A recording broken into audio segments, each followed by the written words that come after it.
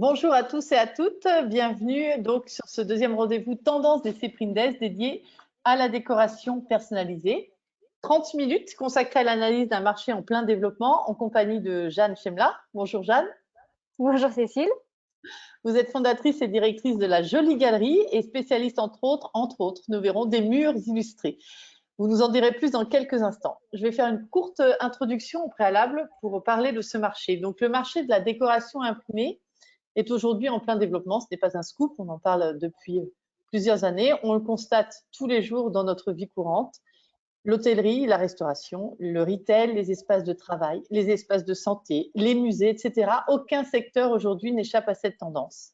Et avec la pandémie, le besoin de personnaliser son espace est même devenu urgent, voire vital, avec notamment cette envie de retrouver sur son lieu de travail une ambiance maison que l'on a connue pendant le confinement.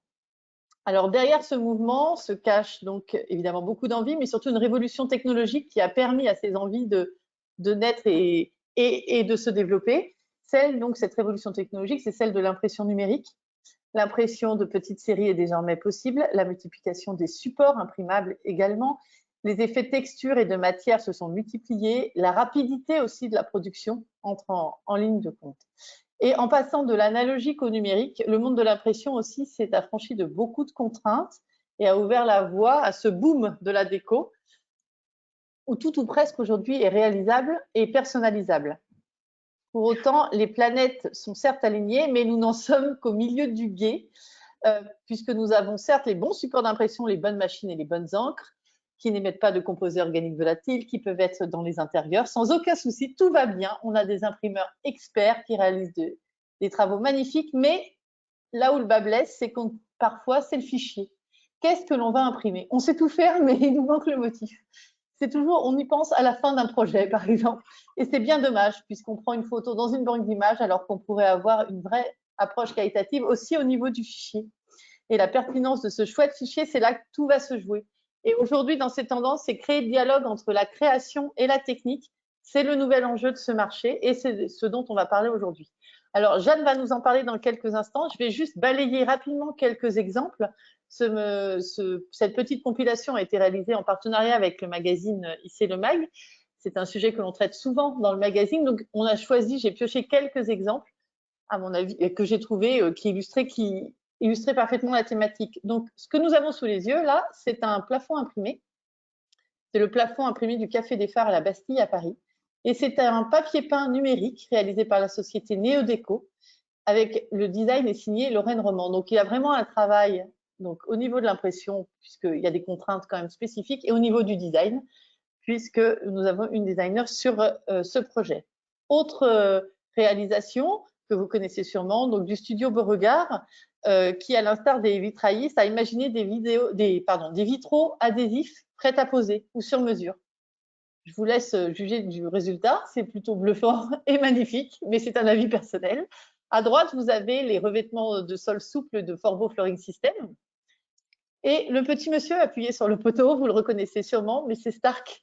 Et en fait, ce n'est pas anodin d'avoir choisi Stark. Évidemment, c'est un nom, ça peut faire vendre, mais c'est aussi cette idée pour Forbo Flooring System de montrer qu'ils étaient capables d'imprimer des supports en numérique, mais que le motif était important. Et donc là, ils ont pris une star, évidemment, du design. Autre réalisation, là, on se rend dans des hôpitaux. Donc, à droite, vous avez encore Stark qui avait fait un décor pour une salle de l'hôpital européen Georges Pompidou, HEGP. Et à votre gauche, l'hôpital de Brest. On a beaucoup parlé de ce projet, mais je le trouve assez emblématique de cette tendance.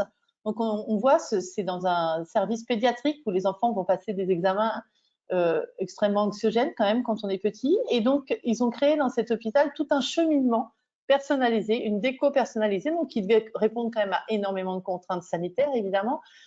Mais ils ont réussi, donc sanitaire, donc pas de composés organiques volatiles. Vous voyez, ils ont même personnalisé le scanner ou l'IRM. Tout a été personnalisé dans l'idée d'apaiser les enfants. Donc là, il y avait même une fonction importante.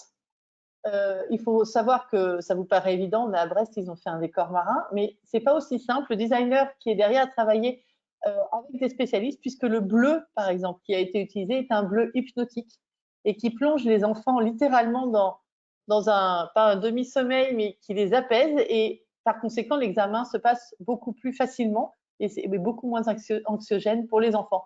Donc voilà, vous voyez ce travail de fichier, de la couleur, c'est extrêmement important et c'est ce que l'on va voir donc avec vous, Jeanne. Donc maintenant, je vais vous céder la parole. Juste une courte introduction. Vous proposez donc aujourd'hui une approche innovante sur ce marché.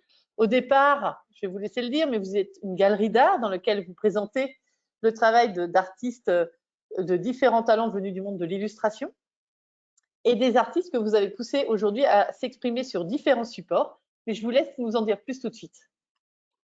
Oui, effectivement, la Jolie Galerie, donc pour revenir à son origine, est née en Australie, à Sydney, où étant là-bas en famille, j'ai redécouvert l'illustration que je connaissais très bien par ailleurs pour avoir eu au préalable une précédente galerie à Paris pendant 10 ans, où j'ai voulu montrer au monde, à ce nouvel environnement, ce qu'était l'illustration française. Et parce que je venais de découvrir l'illustration australienne.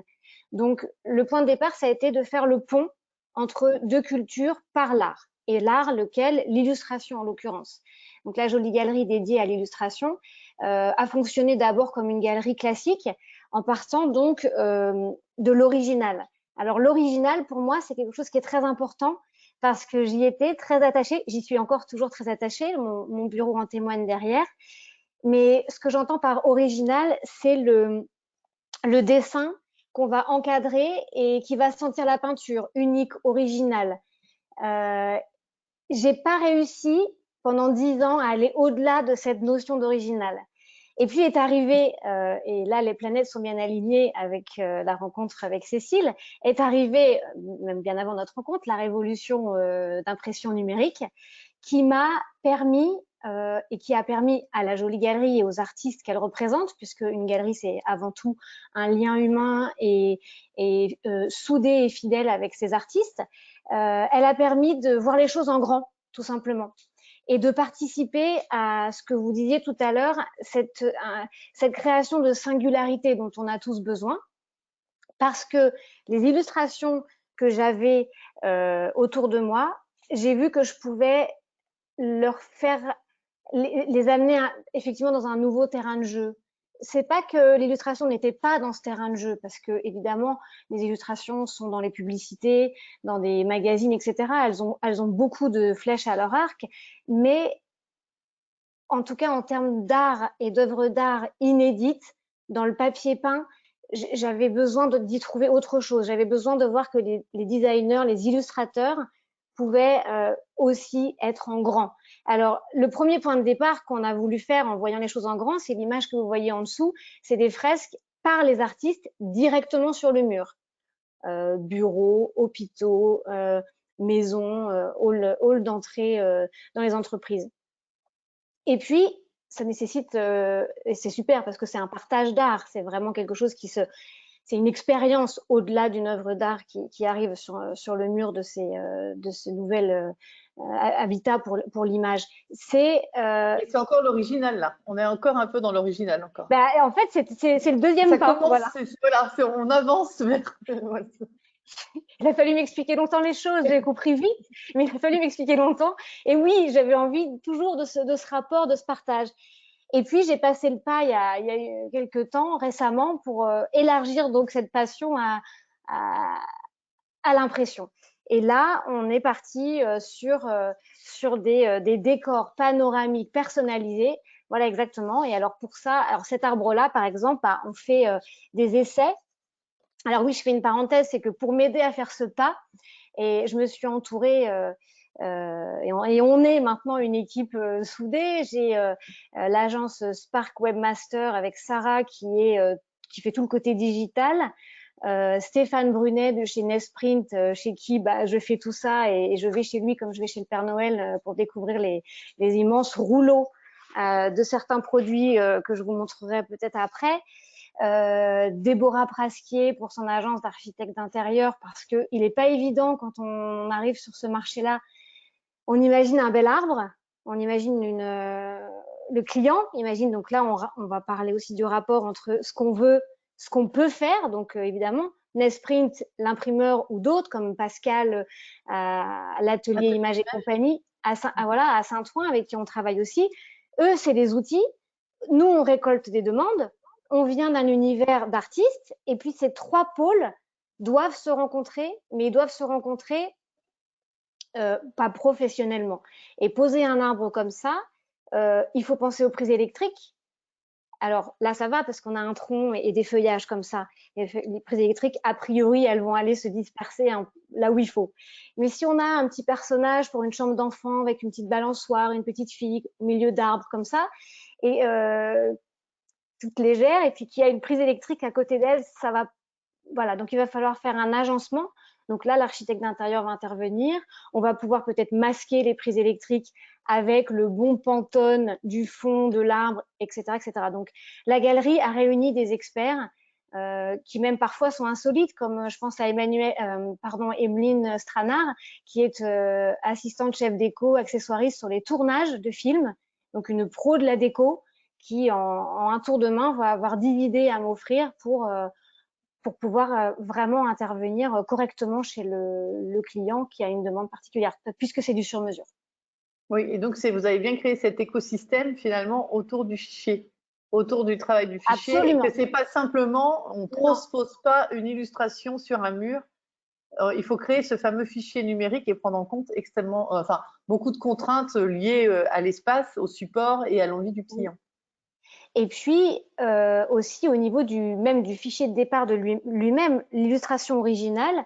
Donc déjà, elle doit être, ça c'est un autre gros travail, c'est une autre partie, mais l'image doit être inédite. Elle a dû être faite pour l'impression en grand. Elle peut pas avoir été au préalable imprimée dans un livre parce que je repars à mon illustration originale. Je suis toujours un petit peu têtue avec ça, mais l'illustration originale, c'est quand même quelque chose d'assez incroyable.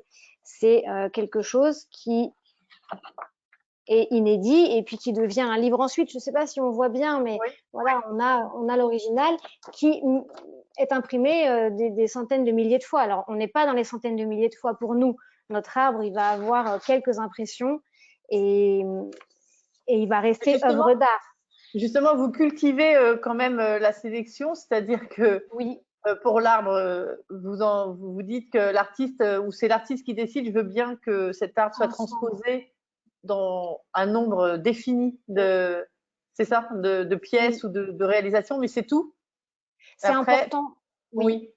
De toute façon, il sera jamais installé de la même façon, parce que parfois on va avoir un demi-mur et on va pas avoir envie de le réduire. Parfois, on aura envie de le réduire. C'est là qu'intervient Sarah pour le côté digital. Il va y avoir Stéphane qui va me sortir l'impression puis qui va dire bah non stop là il y a du pixel, ça passe pas, ils sont terribles hein. Il me renvoie dans les oui, c'est ça. Ouais. Moi et puis surtout on va installer la signature de l'artiste. Oui, c'est ça. Ça qui est important. C'est pas n'importe quel décor, c'est un décor à la fois original et signé par un artiste. Voilà, c'est mon côté dinosaure de l'original et de l'illustration originale qui vient se mêler du milieu de l'impression. Et ce décor de l'arbre qu'on voit en bas, il est réalisé par Isabelle Châtelard, de même que les arbres un petit peu sous une ambiance de neige qui sont au-dessus du lit que vous avez mis en photo. C'est pareil, on va pouvoir avoir 3 arbres dans le cas où on va poser entre 2 fenêtres un papier peint, ou une beaucoup plus grande forêt, puisqu'en réalité l'original est plus large, plus étendu en paysage. Donc finalement, chaque personne va quand même avoir son décor singulier qui lui ressemble. Et on fait des essais ensemble, des mises en situation. Imaginons, je suis un chef d'entreprise, je viens vous voir. Est-ce qu'aujourd'hui, vous avez parlé de ce projet et partagé ce projet avec tous vos illustrateurs? Est-ce qu'il y a, comme vous dites, encore des dinosaures de l'original et qui ne veulent pas y aller? Ou alors, ils ont vu pour eux justement le moyen de s'exprimer autrement sur d'autres supports et sans tabou aucun, en disant oui, je suis un artiste, mais je peux aussi réaliser... c'est à nouveau des séries limitées finalement, mais sur d'autres supports, et ça va peut-être ouvrir mes horizons aussi en tant qu'artiste pour travailler sur moi aussi sur d'autres supports. Je crois que l'envie est venue justement. Alors, juste je fais une parenthèse, c'est que les artistes avec lesquels on travaille, on se connaît depuis longtemps. Bien sûr, la porte est ouverte à des nouveaux illustrateurs avec lesquels on va créer des nouvelles choses. Mais du fait de cette confiance complètement mutuelle, on s'est dit, allez, et la récréation, elle a été pour eux comme pour moi. Et on est venu voir ce qui se passait en grand. Donc, il y a d'abord eu quand même une confiance de départ avant qu'il puisse y avoir quelque chose de plus professionnel. Parce que demander à un artiste de travailler 2 semaines, si c'est pas 3 sur cet arbre-là pour le réaliser, même si l'original est grand comme ça, c'est un travail d'une minutie. Et pour ça, Isabelle Châtelard, elle est assez incroyable. Elle est d'ailleurs professeure à l'école Émile Cole à Lyon. Donc, elle a un bagage certain et une ressource certaine et surtout une grande confiance puisque elle m'a permis et elle a offert à la Jolie Galerie le droit de pouvoir utiliser cet arbre et elle est en train d'en faire d'autres. Oui, parce que enfin, ça ne fonctionne que parce qu'il y a des univers très différents dans le monde de l'illustration avec des approches qui peuvent être très proches du monde de l'enfance, mais l'arbre, voilà, d'Isabelle nous amène dans d'autres horizons. Donc, pour gagner des nouveaux clients, quand même, il faut quand même avoir un catalogue assez riche et des offres. Est-ce que ça va jusqu'à la création d'une œuvre particulière qui n'aurait pas été tirée d'une illustration originale? Alors, c'est peut-être l'étape supérieure où on n'est pas encore prêt. De toute façon, Cécile, je vous arrête. Il y a toujours une œuvre originale derrière chaque papier peint. D'accord. Bonne réponse. Toujours, il y en a, sauf, peut-être je dis Fontaine, je ne boirai pas de ton eau, mais de toute façon, même si un dessin est fabriqué et réalisé sur ordinateur, il est de toute façon pour moi original. Et l'autorisation de reproduction, je demanderais à ce qu'il soit limité. On ne pourra pas le retrouver en carte postale ailleurs. Il y a quand même cette approche de la galerie. Oui. On reste, oui, d'accord. Oui, après, il faut voir ce que l'avenir nous réserve. Et c'est pareil, ce travail se fait avec l'artiste. C'est-à-dire que si cet arbre, quelqu'un nous, je dis, voilà, pourquoi pas, on est en 2021, il peut se passer des belles choses cette année. Quelqu'un veut cette impression de l'arbre en 1 million d'exemplaires. Bah, Isabelle et moi, on va aller boire un café, on va réfléchir comment le faire proprement. Soyons honnêtes. Et vous parliez de frontières tout à l'heure, enfin, enfance, adulte, et c'est vraiment une des volontés de la galerie et de l'introduction de l'impression numérique dans ce monde de l'original, c'est justement de vouloir effacer les frontières. On n'a plus, effectivement, c'est pas c'est une illustration pour un livre d'enfant, mais il plaît à des adultes. Il peut y avoir des dessins tout à fait géométriques et beaucoup plus art décoratif, abstrait, comme ce qu'il y a derrière vous, qui vont intervenir dans un livre pour enfants et qui vont plaire à des bureaux très tertiaires. Et pour moi, il n'y a plus de design, il n'y a plus de graphisme, il n'y a plus d'illustrateurs, il y a des artistes. Et il y a une volonté de vouloir les avoir autour de nous parce que finalement, voir beau, ça fait du bien. Alors, j'ai une question parce que là, le chat regorge de questions, mais j'en ai une justement sur le travail du format qui me paraît intéressant. Je me posais la question aussi pour comment vous passez d'un petit format, l'original par exemple, à un grand format pour ne pas perdre en définition. Est-ce que vous le scannez? Est-ce que vous le photographiez? Comment ça se passe? Il y a des photograveurs très performants partout. Il suffit de bien les connaître et puis de bien les embêter pour avoir des résultats très bien. Cela dit, c'est toujours une fois, je reviens à Stéphane et d'autres. Stéphane, c'est Nesprint A3 ou Pascal, c'est des gens qui, de toute façon, on leur envoie le fichier, ils font des tests et ça ne pardonne pas à échelle. Ils sont capables de vous dire là ça passera ou là ça ne passera pas. Voilà. Ah oui, puis alors c'est catégorique. Ouais. C'est catégorique. Est-ce que, donc en termes de modèle économique maintenant, est-ce qu'il y a une rétrocession aux artistes? Comment ça se passe? Est-ce que ça fonctionne comme la galerie? Enfin voilà, comment avez-vous cet accord économique avec les artistes a été mis en place? C'est le point de départ. On va pas le faire tout seul à la galerie. On va pas imprimer des milliards de mètres carrés pour être très rentable si derrière l'artiste il est pas content. Donc c'est l'artiste plus la jolie galerie. On a un projet, on a un client, on va faire un devis et on va dire bon il reste ça pour la galerie, ça pour l'illustrateur. Est-ce que ça te convient? Et le plus pour eux est le mieux évidemment. Comme quand on vend une œuvre. Un dessin en ligne. Aujourd'hui, sur le site internet de la galerie, tous les illustrateurs sont présentés avec une biographie, une photo, une galerie de dessins disponibles à l'achat. D'ailleurs, on peut les acheter en ligne. Ça, c'est facile. C'est toujours mieux de les voir en vrai, mais aujourd'hui, c'est toujours un peu difficile avec la crise sanitaire, mais c'est quand même possible sur rendez-vous.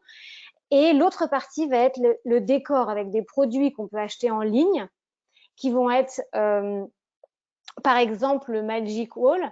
On imprime sur je peux vous montrer celui-là, sur du vinyle repositionnable. Voilà, encore un dessin.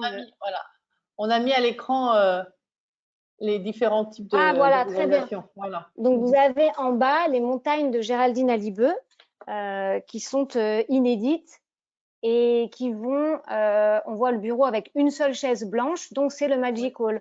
Le Magic Wall, c'est très simple, hein, c'est comme un post-it géant. Ça a été fait en Magic Wall. Voilà, je peux le tordre dans tous les sens et puis je le remets de travers derrière moi. La jungle qui est ici aussi, ça c'est un essai pour les couleurs. Je l'ai mis pour faire joli derrière moi. S'il n'est pas droit, je le défais, je le remets. Et ça, ça part par exemple en tête. Les montagnes, ça tombe bien, elles sont là. Elles sont là en 135 par 155. C'est la dimension qui va tomber, j'en étais sûre, nécessaire pour couvrir un arrière-plan de visioconférence. Et ça, on le vend dans les bureaux. On a du tissu tendu, nous, mais… voilà. Alors, tissu tendu aussi, qu'on peut mettre comme un cadre, parce qu'on peut le déplacer. Celui-ci, on peut le déplacer comme un post-it. Bon, il est un peu grand, donc il vaut mieux le laisser en place. Mais cela dit, on peut l'enlever et le remettre ailleurs. Au bout de 3 mois, il reste un peu fixe. Et ça, on a des arrière-plans de visioconférence. Donc, je reviens au bureau avec l'unique chaise blanche en bas de l'écran, où la personne qui fait sa visio, là, derrière elle, a un décor de montagne inédit et sympa pour que ce soit un peu mieux que les réunions Zoom où on a la tête qui disparaît derrière le décor. Vous savez, quand on essaie de mettre un décor intégré. Quand on a un fond d'écran intégré. Oui. Voilà. Ça, oui, donc en fait, vous vous interdisez aucun support d'impression finalement. Puisque on a même fait des essais en simili-cuir hier. On s'est amusé. Alors, il est comme ça. C'est un bout de l'arbre. On verra pas bien à l'écran, mais vous prenez comme du cuir, quoi. Hyper épais. Et avec Emeline Stranard, avec qui je travaille sur les décors, qui, elle, travaille avec nous parce qu'elle nous donne conseil, on a envie de faire sur du bois, impression sur bois. Oui. C'est magnifique. Oui, voilà. C'est possible. C'est ce que je disais. En fait, la révolution de l'impression numérique montre que tout est possible, mais il faut faire coïncider le visuel avec l'histoire du lieu que l'on va personnaliser. Et vous, en tant que galerie, puisque je disais que dans les lieux qui se personnalisent, il y a aussi les galeries, les musées, où on voit beaucoup de la scénarisation, la muséographie a fait des bons gigantesques et avec l'impression numérique, l'illustration numérique, oui aussi. Oui, mais oui aussi. On a des expositions qui sont magnifiques, même au niveau de la scénarisation, avant même de voir les œuvres. Est-ce que vous aussi, finalement, ça vous a donné des idées pour la galerie et vous vous êtes appliqué ce que vous proposez aux autres, hein? Oui, d'autant plus que j'ai retrouvé l'univers professionnel dans lequel je travaillais beaucoup avant, qui sont les lieux publics, les institutions publiques, bibliothèques, salons du livre, etc. Mais je vais plus le faire de la même façon puisqu'on était exclusivement en illustration originale qui voyageait, mais en exposition volume avec de l'impression. Et là, on va justement aborder le sujet du paravent pour avoir des expositions totalement immersives, que ce soit pour les adultes ou pour les plus petits. Ils font 2 mètres de haut. Ils sont autoportants sur du carton alvéolé recyclé. Le rendu est extra. Alors, ça peut faire aussi office de background pour les visioconférences, mais en tout cas, ça devient un élément d'exposition 3D absolument intéressant pour les musées, pour les bibliothèques. Absolument.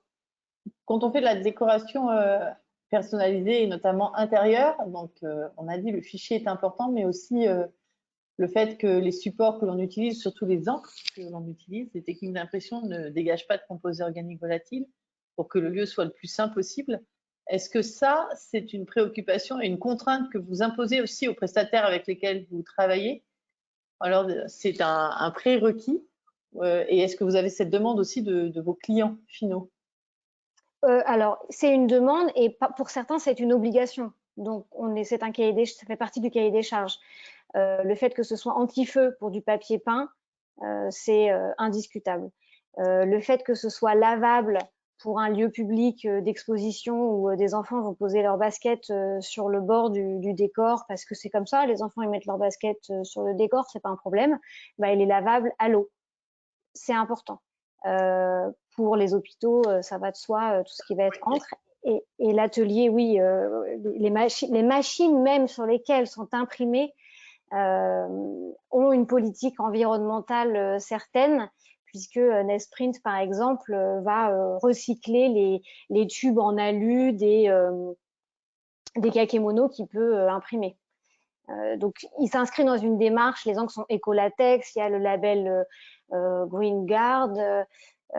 Bon, j'ai travaillé en plus quelques mois dans une société d'éco-conception, donc pour moi c'est quelque chose, j'ai pris conscience tout à fait en amont de ce qui se passe dans nos industries. Il y a du travail à faire, donc si amener un nouveau produit sur la terre par mon intermédiaire, je vais de toute façon essayer de le faire le moins impactant possible. Aujourd'hui, on a vu que vous alignez les planètes puisque vous amenez ce fichier, en fait, ce motif à imprimer ou cette œuvre à imprimer qui manque souvent dans les projets. Vous rencontrez un franc succès. Comment ça se passe? Je sais que l'entreprise n'existe pas depuis non plus 50 ans, mais qui sont vos clients aujourd'hui? Plutôt des particuliers, plutôt du secteur public, plutôt des entreprises? C'est assez étonnant. Ça s'est inversé par rapport à ce que je pensais. Il y a, il y a les deux. Il y a les particuliers, donc ça va être une tête de lit.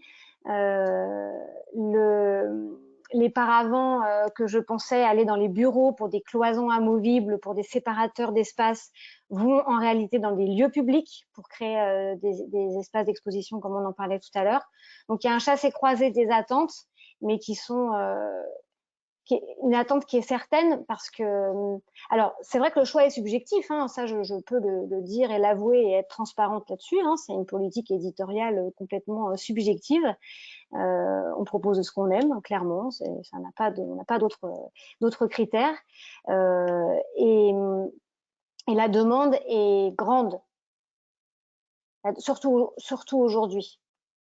Et dans le monde, oui, allez-y. Par rapport à ce que vous disiez, je pense, le besoin d'être chez soi. De toute façon, le travail et chez soi n'existe presque plus pour beaucoup de gens maintenant. Pas pour tout le monde, mais pour beaucoup de gens.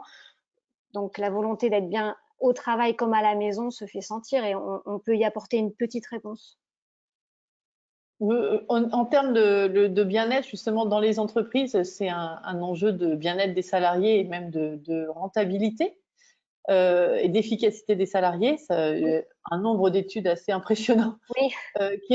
qui sont sorties sur ce sujet. Est-ce que vous avez été contacté justement en appel entrant ou par des chefs d'entreprise qui ont cette démarche, qui cherchaient justement un décor, mais pas forcément la solution technique tout de suite, mais le motif, l'image? Par l'image, exactement. C'est vrai que certains RH nous ont inscrits dans cette politique de qualité de vie au travail qu'on souhaitait de toute façon en proposant des visuels, que ce soit pour les visioconférences ou pour les paravents, etc.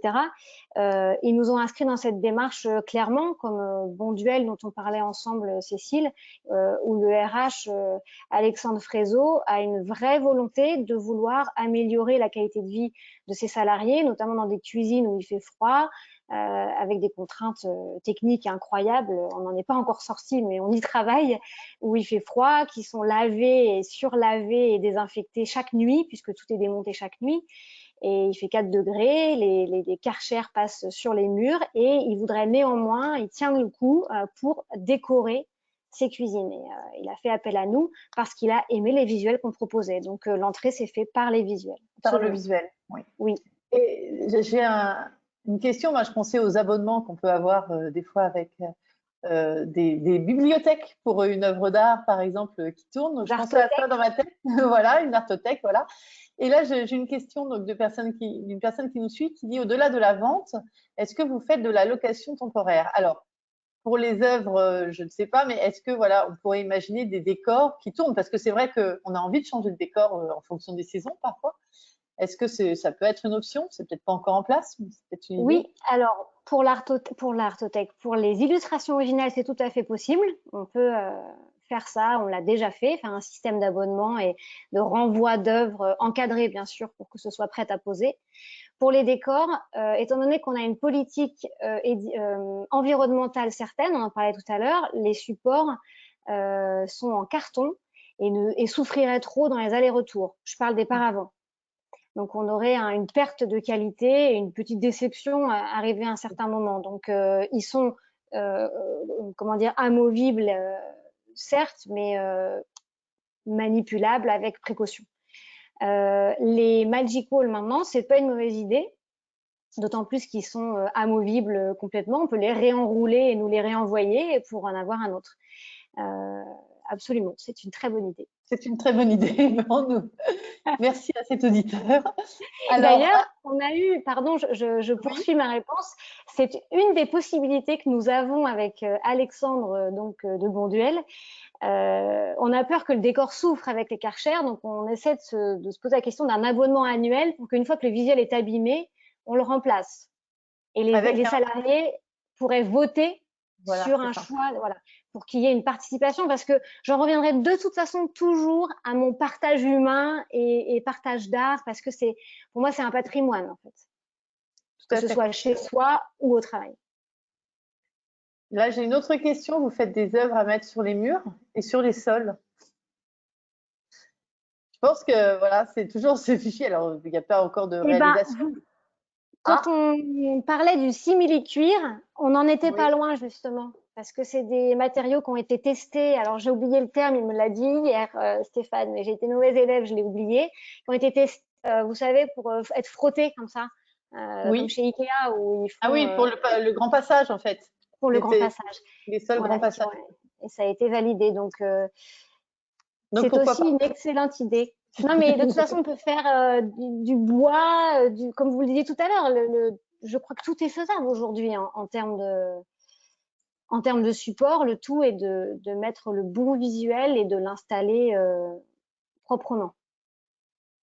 J'ai encore une question et puis on arrivera au terme de cet échange. C'était, avez-vous créé des partenariats avec des architectes d'intérieur?